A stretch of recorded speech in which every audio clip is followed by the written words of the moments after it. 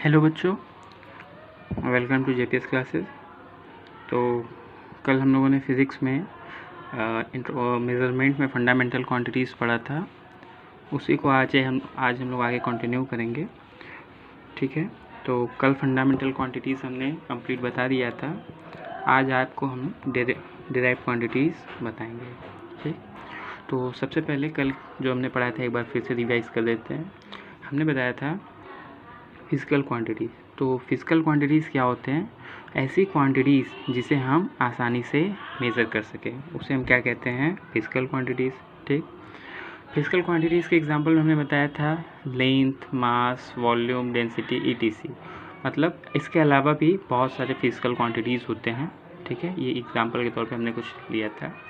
फिर हमने बताया था टाइप्स ऑफ फिज़िकल क्वांटिटीज़। हमने बताया था there are two types of physical quantities.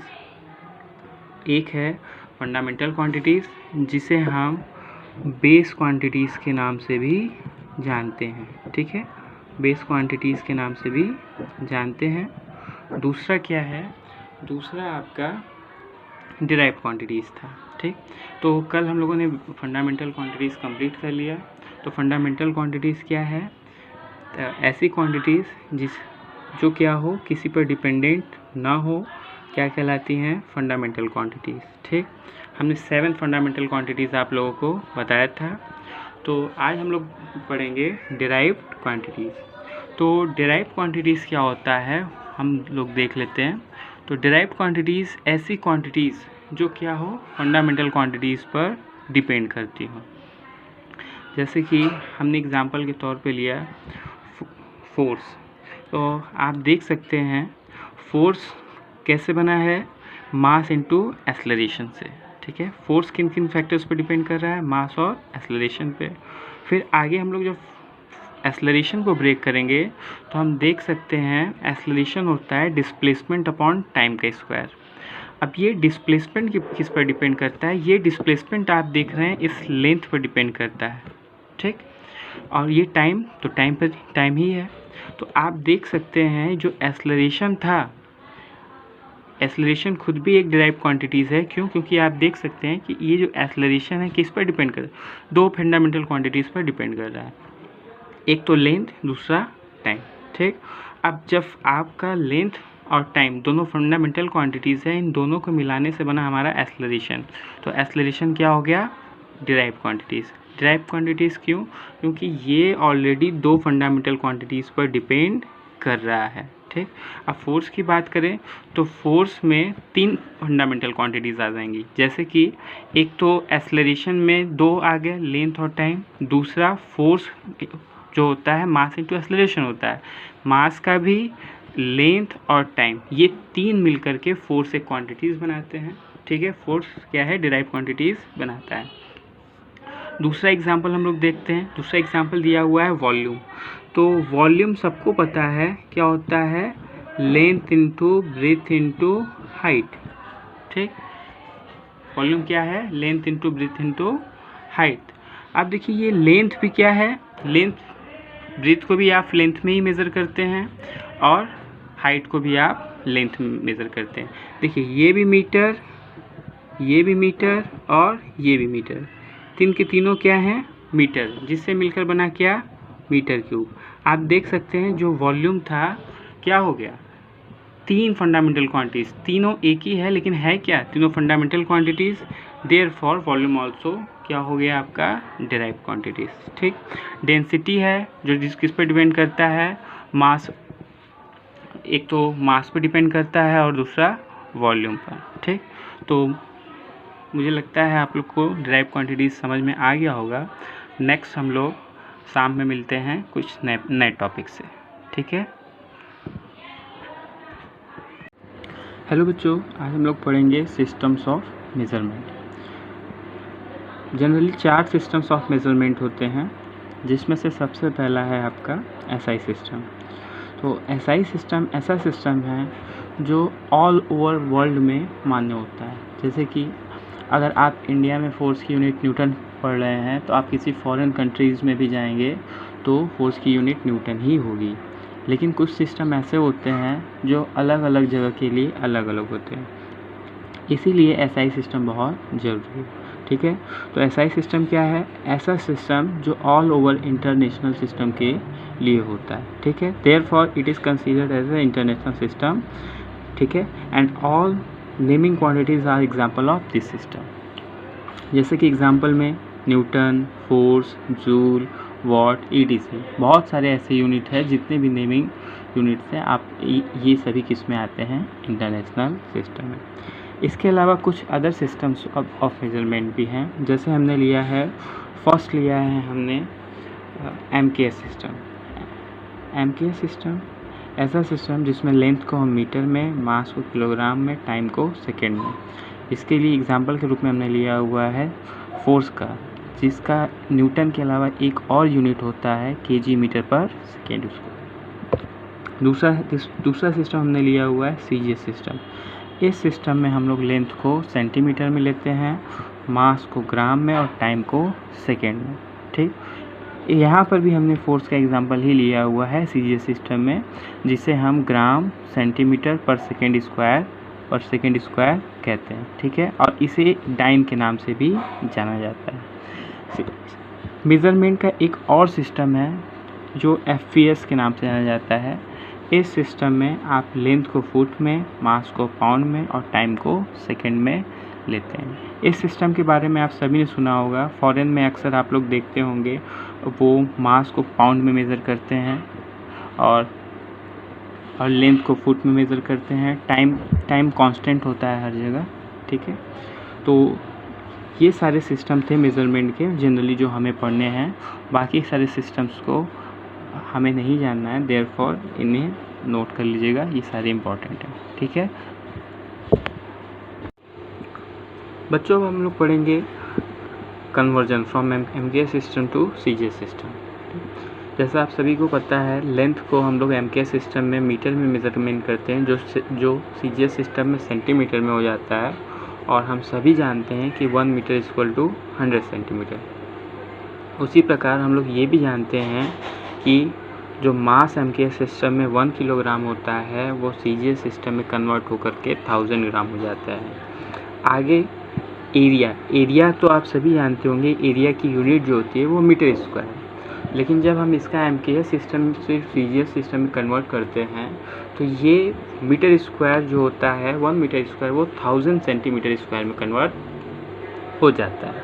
उसी तरीके से जो वॉल्यूम है वो 1 मीटर क्यूब होता है एमकेएस सिस्टम में, और जैसे आप उसे सीजीएस सिस्टम में कन्वर्ट करेंगे वो 10,000 सेंटीमीटर क्यूब में कन्वर्ट हो जाता है। ठीक, फिर डेंसिटी जो होता है वो एमकेएस सिस्टम में 1 किलोग्राम पर मीटर क्यूब होता है, और वो सीजीएस सिस्टम में 1/1000 ग्राम पर सेंटीमीटर क्यूब हो जाता है। कुछ हम सम अदर इम्पोर्टेंस कन्वर्जन भी पढ़ेंगे, जैसे कि न्यूटन को डाइन में हम कैसे कन्वर्ट करें। तो उसके लिए मैंने अभी आप लोग को बताया, फोर्स की जो यूनिट होती है न्यूटन, इसके अलावा एक इसकी यूनिट होती है केजी मीटर पर सेकेंड स्क्वायर। किसमें? ये जो यूनिट होती है ये आपका एमकेएस सिस्टम में यूनिट होती है। ठीक, आप सभी जानते हैं कि 1 किलोग्राम इक्वल टू 1000 ग्राम। इस 1 किलोग्राम को हमने क्या लिख दिया? 1000 ग्राम। और इस 1 मीटर को हमने लिख दिया, इस मीटर को लिख दिया हमने 100 सेंटीमीटर। तो हमने इस मीटर को 100 सेंटीमीटर लिख दिया। आगे जब ये 1000 और 100 आपस में मल्टीप्लाई हो जाएंगे तो ये हो जाएगा 10⁵ ग्राम पर सेकेंड स्क्वायर। और ग्राम पर सेकेंड स्क्वायर जो होता है सीजीएस सिस्टम में आपका फोर्स का यूनिट होता है, जो कि 1 डाइन के बराबर होता है। Therefore 1 newton equal to 10⁵ dyne. आगे हमने एक और लिया हुआ है एक क्वांटिटी को, जैसे कि कन्वर्ट जूल इनटू अर्थ। जूल क्या होता है? वर्क यूनिट एसआई सिस्टम में, जो कि किसके बराबर होता है? 1 केजी मीटर स्क्वायर पर सेकेंड स्क्वायर के।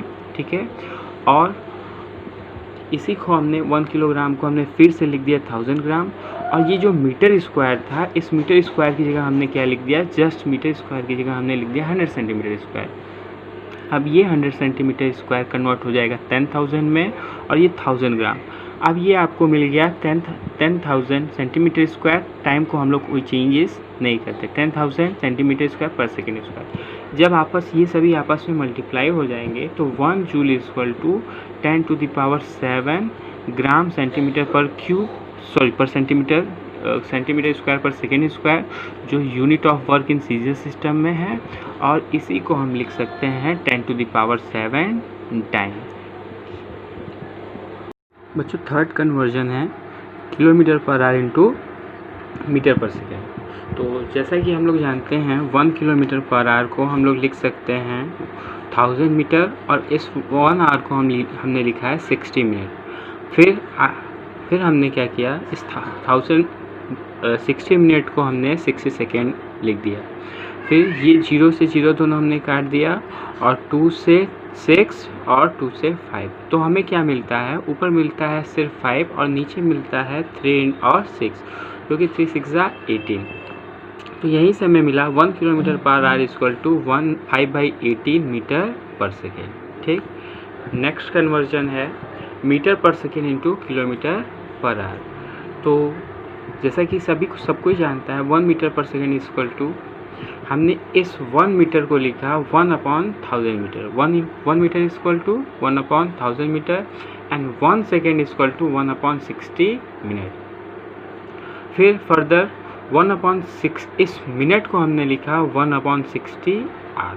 ठीक है, जब हम लोग आपस में मल्टीप्लाई करेंगे तो 1/1000 किलोमीटर अपॉन 1/3600 आर।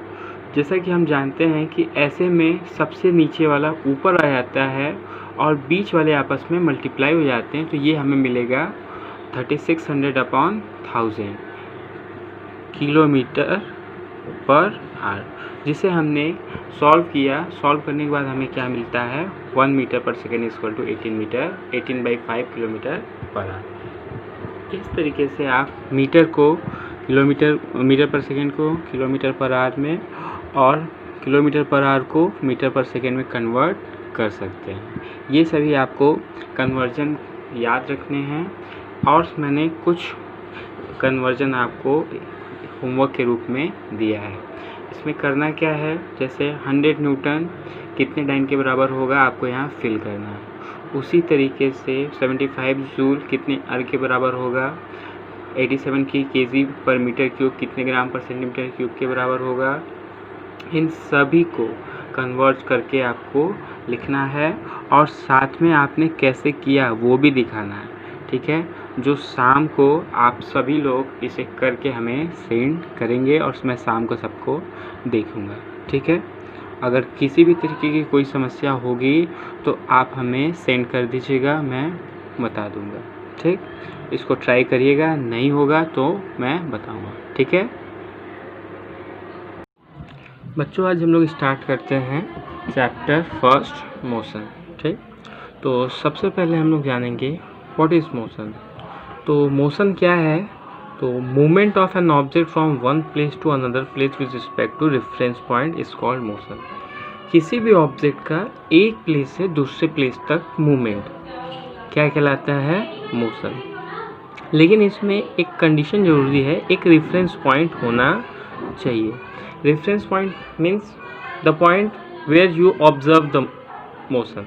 ऐसा पॉइंट जहाँ से आप उस ऑब्जेक्ट के मोशन को ऑब्जर्व कर रहे होंगे, उसे हम क्या कहते हैं, रेफरेंस पॉइंट। ठीक है, there are two state of motion. There are two state of motion, एक है रेस्ट, दूसरा है मोशन। ठीक है, तो रेस्ट क्या है, अगर कोई ऑब्जेक्ट टाइम के रिस्पेक्ट में अपना पोजीशन नहीं बदलता, उसे हम क्या कहते हैं, in the state of rest. जैसे कि trees, stones, table and all non living things are in the state of rest. Another state of motion is motion. Motion क्या है, अगर कोई ऑब्जेक्ट अपना पोजीशन टाइम के रिस्पेक्ट में बदलता है, जैसे कि वो क्या हुआ, समय के साथ साथ अपना पोजीशन, मतलब अभी कहीं और था, कुछ समय बाद कहीं और चला जाए, उसे हम क्या कहते हैं, in the state of motion. साथ में एक रेफरेंस पॉइंट का होना ज़रूरी है।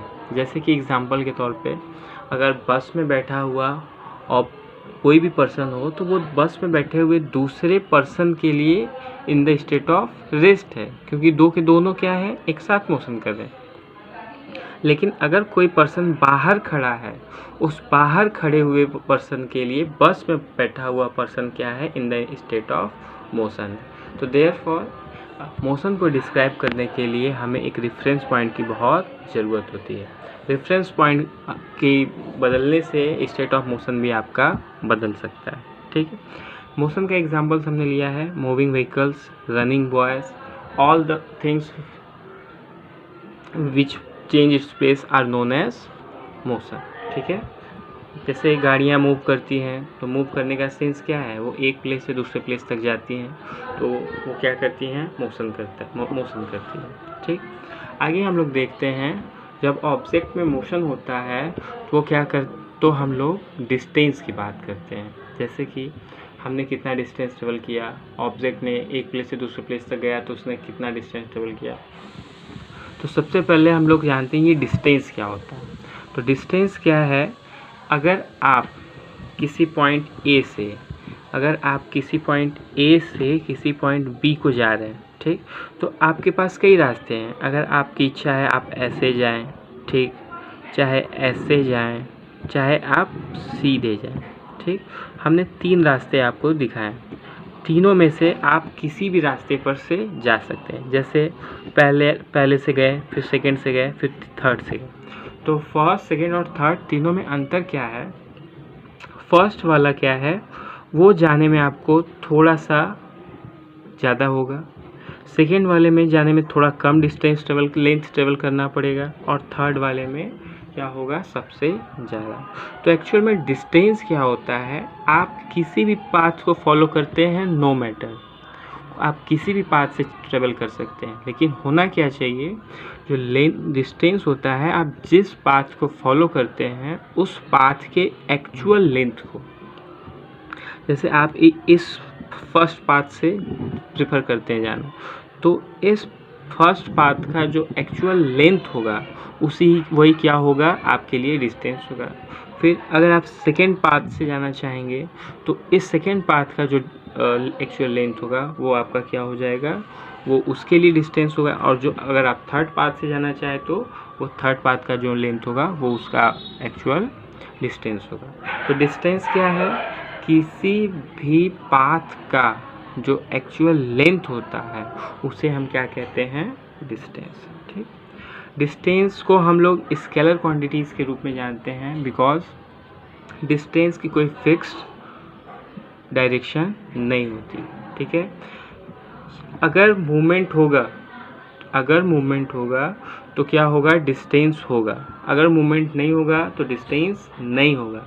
देयरफॉर डिस्टेंस हमेशा क्या होता है, पॉजिटिव होगा, या तो सिर्फ और सिर्फ पॉजिटिव होगा, यानी वो जीरो भी नहीं हो सकता है, सिर्फ क्या होगा, पॉजिटिव होगा। ठीक, डिस्टेंस में हम क्या करते हैं, लेंथ ऑफ पाथ मेजर करते हैं, देयरफॉर इसकी यूनिट क्या होती है, मीटर। ठीक, डिस्टेंस के साथ साथ हम लोग ये जानते हैं डिस्प्लेसमेंट क्या होता है। तो डिस्प्लेसमेंट के लिए जैसा कि इन तीनों पाथ में आपने देखा, जो सेकेंड वाला पाथ है वो क्या है, सबसे शॉर्टेस्ट है। तो इसी शॉर्टेस्ट पाथ को हम क्या जानते हैं, डिस्प्लेसमेंट के नाम से जानते हैं। ठीक, तो डिस्प्लेसमेंट क्या है, the shortest distance between initial point and final position is known as displacement. मतलब इनिशियल पोजीशन और फाइनल पोजीशन के बीच का जो शॉर्टेस्ट डिस्टेंस होगा, उसी शॉर्टेस्ट डिस्टेंस को हम क्या बोलेंगे, डिस्प्लेसमेंट। अब इसमें मैंने लिखा है it is a vector quantity. ठीक है, लेकिन आप कहेंगे इसमें तो कोई डायरेक्शन है नहीं, आपने इसको वेक्टर क्वांटिटी कैसे कंसीडर कर दिया। बच्चों देखिए, वैसे तो इसमें नाम से तो कोई डायरेक्शन है नहीं, लेकिन आप ये देख सकते हैं कि एक पॉइंट से लेकर के दूसरे पॉइंट तक आप एक ही डायरेक्शन को फॉलो कर रहे हैं, यानी स्ट्रेट लाइन को फॉलो कर रहे हैं। तो यही जो स्ट्रेट लाइन है यही शो कर रहा है कि ये क्या है, एक वेक्टर क्वांटिटी है। लेकिन अगर आप डिस्टेंस की बात करें तो देखिए यहाँ पे डायरेक्शन कुछ और था, यहाँ कुछ और है, यहाँ कुछ और, यानी डिस्टेंस का डायरेक्शन फिक्स नहीं है। लेकिन डिस्प्लेसमेंट का देखिए हर जगह डायरेक्शन क्या है, फिक्स है, वो एक ही डेफिनेट डायरेक्शन में ऑब्जेक्ट मूव कर रहा है। तो देयरफॉर डिस्टेंस क्या है आपका स्केलर क्वांटिटी और डिस्प्लेसमेंट क्या है वेक्टर क्वांटिटी। ठीक, अब इसे हम पॉजिटिव भी हो सकता है, नेगेटिव भी हो सकता है और साथ साथ ज़ीरो हो सकता है। जैसे अगर कोई ऑब्जेक्ट सर्कुलर पाथ पर मोशन करता है, ठीक, तो वो क्या है, जैसे सर्कुलर पाथ पर मोशन करने के लिए उसने एक पॉइंट से मोशन स्टार्ट किया और एक कंप्लीट सर्कल उसने कर लिया और वहीं पर आ गया। तो देखिए इस केस में इनिशियल पॉइंट और फाइनल पॉइंट दोनों क्या हो गए, कोइंसाइड हो गए। कोइंसाइड होने के कारण डिस्प्लेसमेंट क्या हो जाएगा, ज़ीरो। लेकिन डिस्टेंस की बात करें तो डिस्टेंस कितना हो जाएगा, इस केस में आपका डिस्प्लेसमेंट कितना हो जाएगा, ज़ीरो। लेकिन डिस्टेंस जो होगा वो क्या होगा, सर्कुलर पाथ पर अगर कोई ऑब्जेक्ट मोशन करता है तो डिस्टेंस क्या होता है, उसके सरकमफ्रेंस यानी 2πr के बराबर होगा। ठीक, तो देयरफॉर आपका डिस्प्लेसमेंट क्या हो सकता है, पॉजिटिव भी हो सकता है, नेगेटिव भी हो सकता है और साथ साथ जीरो भी। डिस्प्लेसमेंट की भी यूनिट मीटर होती है क्योंकि इसमें भी हम लोग पाथ का लेंथ ही मेजर करते हैं। देयरफॉर डिस्प्लेसमेंट की यूनिट क्या होती है, मीटर। ठीक, तो उम्मीद करते हैं आप लोग को डिस्टेंस, डिस्प्लेसमेंट ये सभी चीज़ें समझ में आ गई होंगी। साथ में हमने आज आप लोग के लिए कुछ होमवर्क भी प्लान किया हुआ है, जैसे कि मैंने आप लोगों को इस डिफरेंस बिटवीन स्केलर क्वांटिटी और वेक्टर क्वांटिटीज़ बताया। तो आप क्या करिएगा, इनके डिफरेंसेस को लिख लीजिएगा, डिस्टेंस और डिस्प्लेसमेंट के डिफरेंसेस को लिख लीजिएगा और साथ में आपके पास जो भी बुक हो, चाहे वो NCERT हो, चाहे SC फर्मा, चाहे कोई अदर बुक हो, वो सभी उससे डिस्टेंस और डिस्प्लेसमेंट से रिलेटेड न्यूमेरिकल बनाने की कोशिश करिएगा। नहीं बनेगा तो सभी क्या करेंगे, जिससे नहीं बनेगा वो क्या करेंगे, उस न्यूमेरिकल का फ़ोटो मुझे सेंड कर देंगे, मैं आप लोग को बता दूँगा। ठीक है, उम्मीद करते हैं आप लोग को वीडियो पसंद आया होगा। नेक्स्ट हम लोग कल मिलते हैं। ठीक बच्चों, आज हम लोग डिस्टेंस और डिस्प्लेसमेंट से रिलेटेड कुछ न्यूमेरिकल्स पढ़ेंगे। तो सबसे पहले हम लोग, अगर कोई ऑब्जेक्ट सर्कुलर पाथ पर मूव करता है तब उसके लिए क्या डिस्टेंस होगा, कितना डिस्प्लेसमेंट होगा, उसको हम लोग जानते हैं। ठीक है, तो सबसे पहले जब कोई ऑब्जेक्ट किसी सर्कुलर पाथ पर मूव कर रहा होता है, अगर उसने एक कंप्लीट सर्कल लगा लिया या एक कंप्लीट रिवॉल्यूशन कर लेता है, तो उस समय उसका इनिशियल पॉइंट और फाइनल पॉइंट एक ही जगह पर हो जाता है। तो ऐसे केस में जब इनिशियल पॉइंट और फाइनल पॉइंट एक ही पोजीशन पर आ जाता है तो डिस्प्लेसमेंट आपका क्या हो जाता है, ज़ीरो। ठीक, लेकिन ऐसे केस में डिस्टेंस आप देख सकते हैं, उस पर्सन ने, अगर कोई पर्सन सर्कुलर पाथ पे मूव कर रहा है तो उसने इस पोजीशन से स्टार्ट किया और वो करीब करीब उस पूरे सर्कल के सरकमफ्रेंस पर होता हुआ फिर उसी पॉइंट पर आ जाता है। तो इस समय हम डिस्टेंस क्या लेते हैं, उसके सरकमफ्रेंस के बराबर यानी 2πr। ठीक, नेक्स्ट केस है जब ऑब्जेक्ट क्या करता है, हाफ सर्कल कंप्लीट कर रहा होता है। तो ऐसे केस में जो डिस्टेंस होता है उस सरकमफ्रेंस का हाफ हो जाता है। जैसे कि ऑब्जेक्ट यहाँ से मोशन स्टार्ट किया, इसने इस पोजीशन से मोशन स्टार्ट किया और धीरे धीरे इस सर्कल के बाउंड्री होते होते वो यहाँ पर आ गया।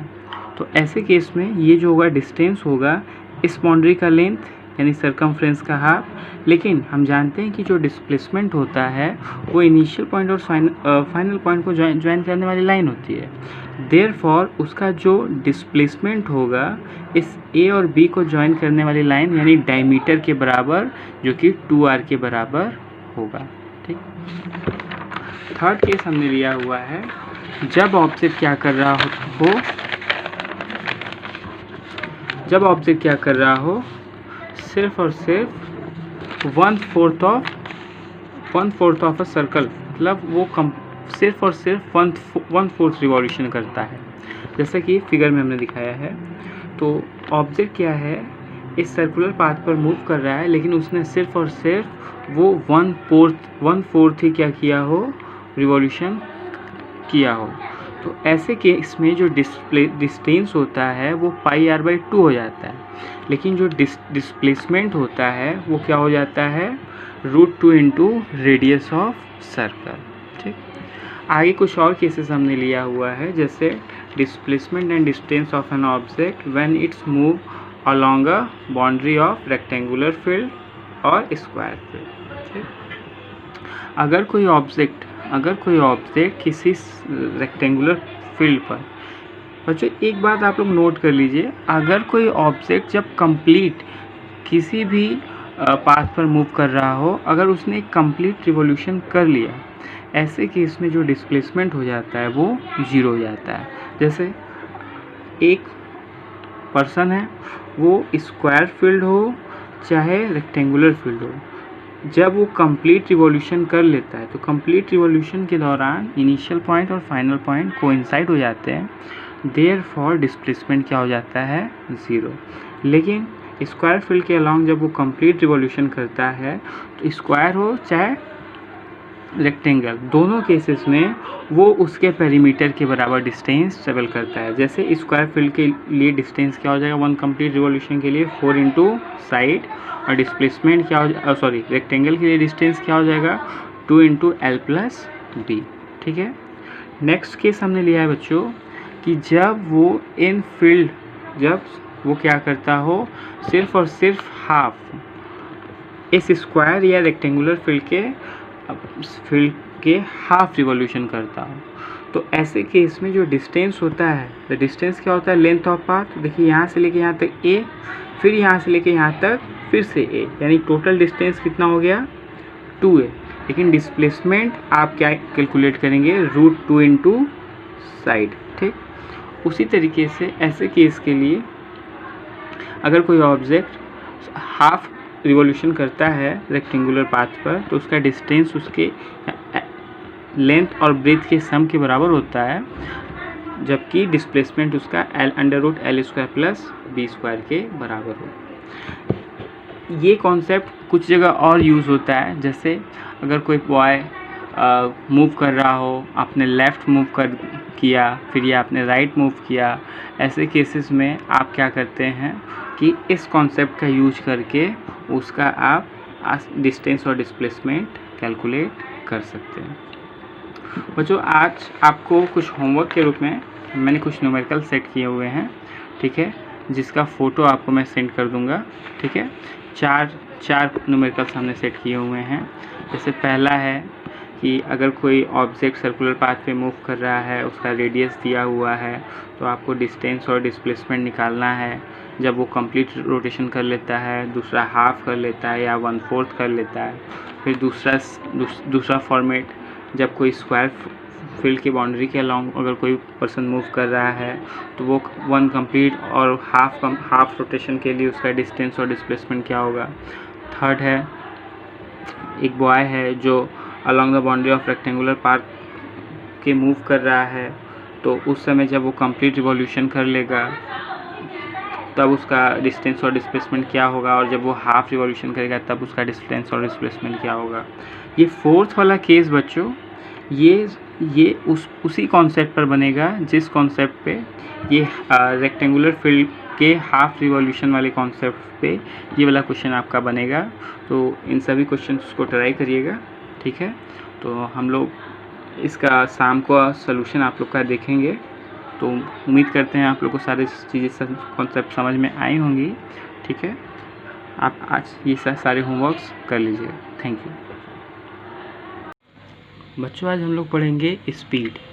तो बच्चों सबसे पहले स्पीड क्या है ये जानते हैं। Speed the distance travel by one object in unit per unit time.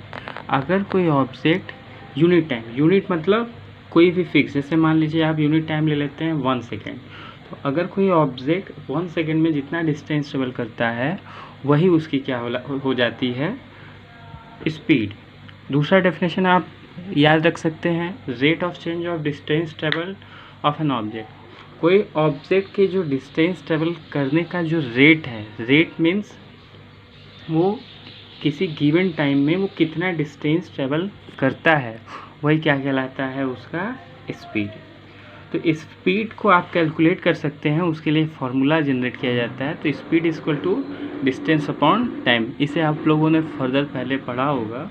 तो स्पीड को कैलकुलेट करना हुआ तो आप कैसे निकालेंगे, कोई ऑब्जेक्ट जितना डिस्टेंस ट्रेवल करता है उस टोटल डिस्टेंस में से जितना उसने टाइम लिया है उसको डिवाइड कर देंगे तो आपको उस ऑब्जेक्ट का स्पीड मिल जाएगा। साथ में स्पीड क्या है, एक स्केलर क्वांटिटी है, क्योंकि ये डिस्टेंस पर डिपेंड करता है और आप सभी को पता है कि डिस्टेंस भी क्या है, आपका एक स्केलर क्वांटिटी है। अब स्पीड स्केलर क्वांटिटी के साथ साथ हमेशा एक पॉजिटिव वैल्यू देगा, जैसा कि डिस्टेंस। इसकी यूनिट आप मीटर पर सेकेंड भी ले सकते हैं और किलोमीटर पर आवर, लेकिन SI यूनिट की बात की जाए तो इसकी SI यूनिट क्या है, सिर्फ और सिर्फ मीटर पर सेकेंड। आपको पहले हमने कन्वर्जन बताया है, जिसे याद रखिएगा कि मीटर पर सेकेंड को किलोमीटर पर आवर में कैसे कन्वर्ट किया जाता है, ये बहुत इंपॉर्टेंट है, अक्सर न्यूमेरिकल्स में आ जाते हैं आपको कन्वर्ट करने को। ठीक है, नेक्स्ट हम लोग पढ़ेंगे वेलोसिटी। तो वेलोसिटी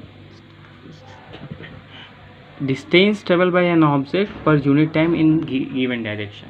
जैसा कि हमने बताया था आप लोगों को कि अगर कोई ऑब्जेक्ट इसी स्ट्रेट डायरेक्शन में मोशन कर रहा है, तो स्ट्रेट पाथ पर मोशन कर रहा है, तो वो जो स्ट्रेट पाथ का जो लेंथ होता है वो डिस्प्लेसमेंट हो जाता है। तो उसी तरीके से अगर कोई ऑब्जेक्ट एक गिवन डायरेक्शन में डिस्टेंस ट्रेवल कर रहा है, और उस डिस्टेंस को ट्रेवल करने में वो जितना टाइम ले रहा है, उसी के रेशियो को हम क्या कहेंगे, वेलोसिटी। दूसरा आप डेफिनेशन याद करना चाहें तो rate of change of displacement of an object, आपको इजी पड़ेगा। किसी ऑब्जेक्ट के डिस्प्लेसमेंट चेंज होने के रेट को ही हम क्या कहते हैं, वेलोसिटी। और साथ में आप एक और याद रख सकते हैं, it is speed with direction. अगर किसी ऑब्जेक्ट की स्पीड को अगर हम डायरेक्शन के साथ मेजर करें वो क्या कहलाता है, आपका वेलोसिटी। ठीक है, वेलोसिटी एक बार मैं फिर से बता देता हूँ, rate of change of displacement of an object is known as velocity. या अगर कोई ऑब्जेक्ट किसी गिवन डायरेक्शन में जो डिस्टेंस ट्रेवल करता है, उसी डिस्टेंस ट्रेवल के रेट को हम क्या कहते हैं, वेलोसिटी। वेलोसिटी का जो फॉर्मूला है वो क्या होता है, डिस्प्लेसमेंट अपॉन टाइम। ठीक है, अब वेलोसिटी जो है डिस्प्लेसमेंट पे डिपेंड करता है, देयरफॉर वेलोसिटी की सारी जो प्रॉपर्टी होती हैं वो डिस्प्लेसमेंट की होती हैं। जैसे कि आपका डिस्प्लेसमेंट वेक्टर क्वांटिटी होता है, तो देयरफॉर वेलोसिटी भी वेक्टर क्वांटिटी होगा। डिस्प्लेसमेंट आपका पॉजिटिव, नेगेटिव एंड जीरो हो सकता है, उसी तरीके से वेलोसिटी भी आपका पॉजिटिव, नेगेटिव और ज़ीरो होगा। इसकी यूनिट मीटर पर सेकेंड होती है और किलोमीटर पर आवर, लेकिन इसकी जो यूनिट है SI यूनिट वो मीटर पर सेकेंड होती है। ठीक है बच्चों, आज आपके लिए कुछ होमवर्क ये है कि आप लोग इन दोनों का डिफरेंस लिख लीजिएगा। ठीक है, और साथ में स्पीड और वेलोसिटी से आपके पास जो भी बुक होंगे उससे जो न्यूमेरिकल्स मिलेंगे आप लोगों को, उसे बना लीजिएगा। उम्मीद करते हैं चीज़ें आप लोग को सारी समझ में आई होंगी। ठीक है, तो होमवर्क ज़रूर कर लीजिएगा। हम लोग नेक्स्ट मिलते हैं टुमारो। ठीक है बच्चों, आज हम लोग एवरेज स्पीड के बारे में पढ़ेंगे। तो एवरेज स्पीड क्या है, सबसे पहले the ratio of total distance travel by an object to total time taken is known as average velocity.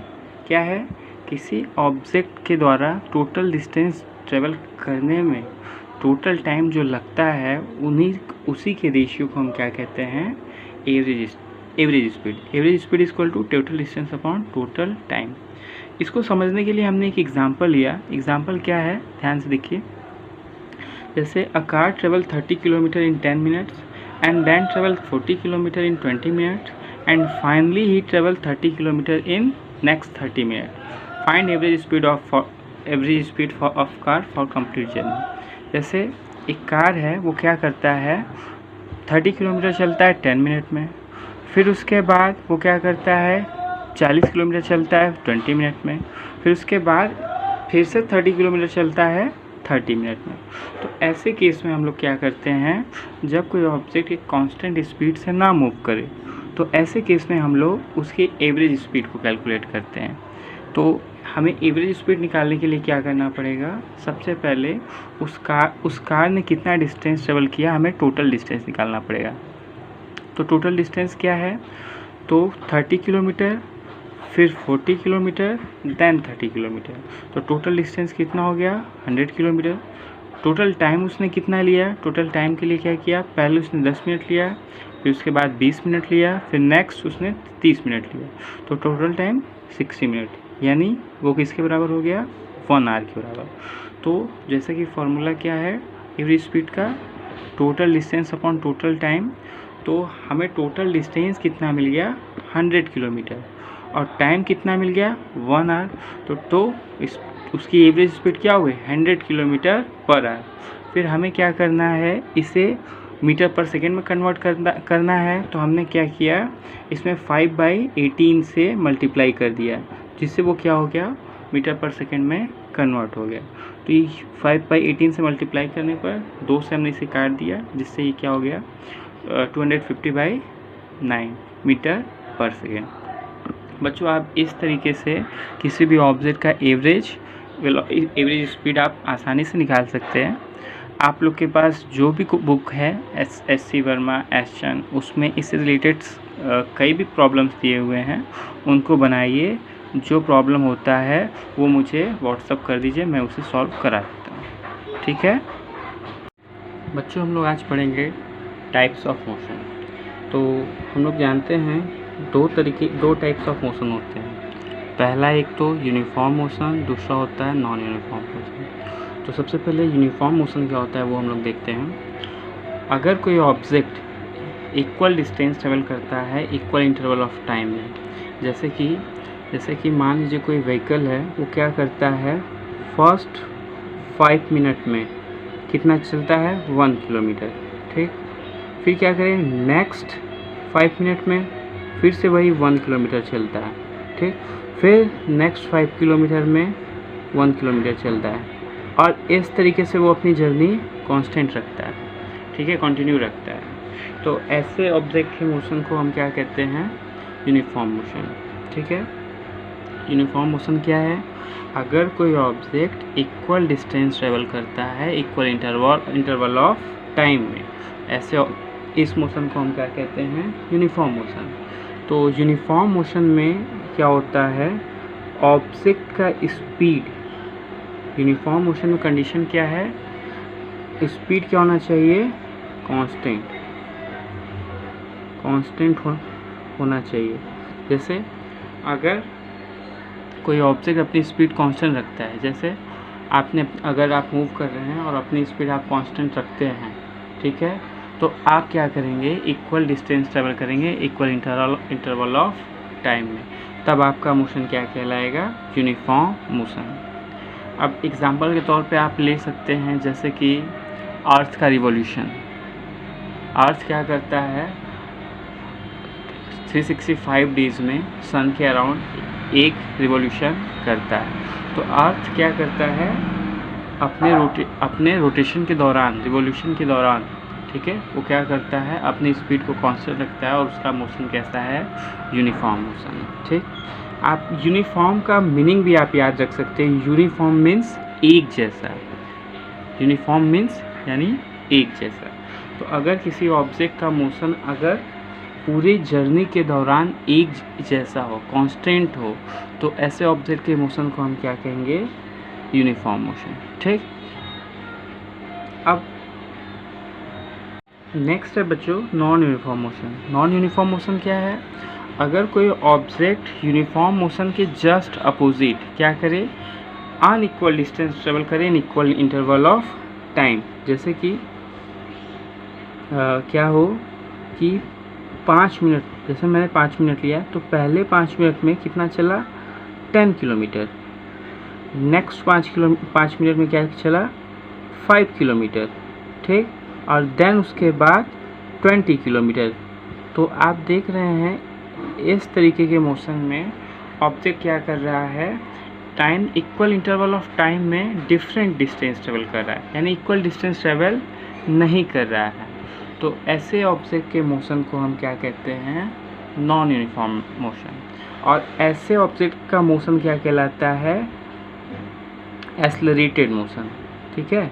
जैसे आप व्हीकल्स चलाते होंगे तो आप देखते होंगे कि कुछ समय आप अपनी स्पीड क्या करते हैं, एक्सेलरेट कर लेते हैं, लेकिन अचानक अगर थोड़ा सा भी भीड़ होता है तो आपकी स्पीड कम हो जाती है।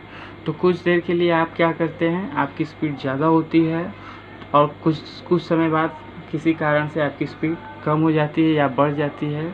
तो इस तरीके से आप कांस्टेंट स्पीड से मोशन नहीं कर पाते। तो ऐसे मोशन को हम क्या कहते हैं, नॉन यूनिफॉर्म मोशन। और ये इस मोशन को हम एक्सेलरेटेड मोशन के नाम से भी जानते हैं। इसमें क्या होता है कि स्पीड कांस्टेंट नहीं होता, स्पीड इज नॉट कांस्टेंट। ठीक, यहाँ थोड़ा सा करेक्शन कर लीजिएगा, इसको मिनट कर लीजिएगा सब लोग। बच्चों, उम्मीद करते हैं कि आप सभी लोग न्यूमेरिकल्स बना रहे होंगे।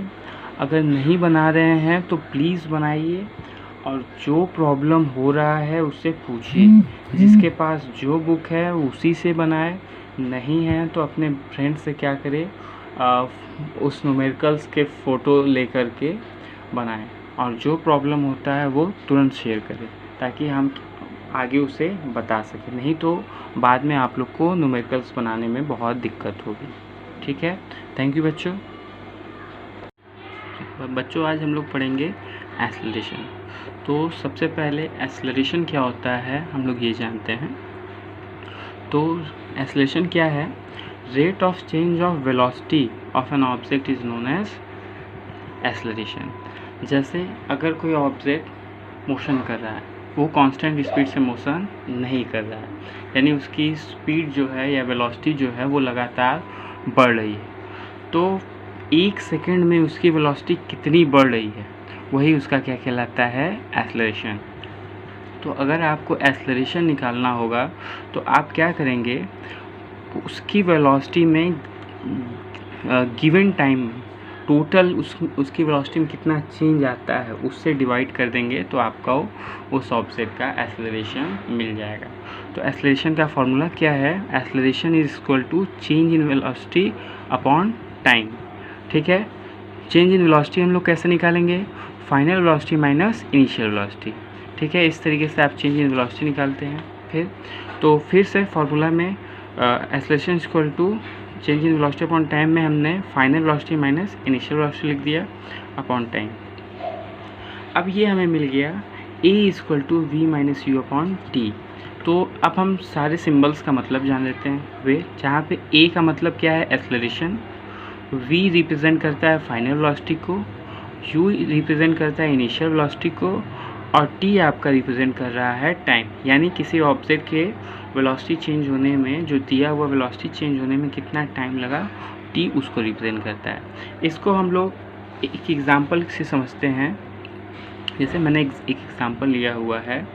क्या है example, the initial velocity of a car is 20 metre पर second, it changes to 50 metre पर सेकेंड आफ्टर 5 सेकेंड। क्या है, किसी कार का जो वेलोसिटी था इनिशियल वो 20 मीटर पर सेकेंड था, वो 5 सेकेंड में कितना हो गया, बदल करके 50 मीटर पर सेकेंड हो गया। तो इनिशियल वेलोसिटी कितनी हो गई, 20 मीटर पर सेकेंड, फाइनल वेलोसिटी कितनी हो गई, 50 मीटर पर सेकेंड, टाइम उसने कितना लिया, 5 सेकेंड। तो एक्सेलरेशन का formula v minus u upon T, final velocity 50 minus initial velocity 20, total time 5, यानी 30/5, जो कि हमें मिल गया 6 मीटर पर सेकेंड।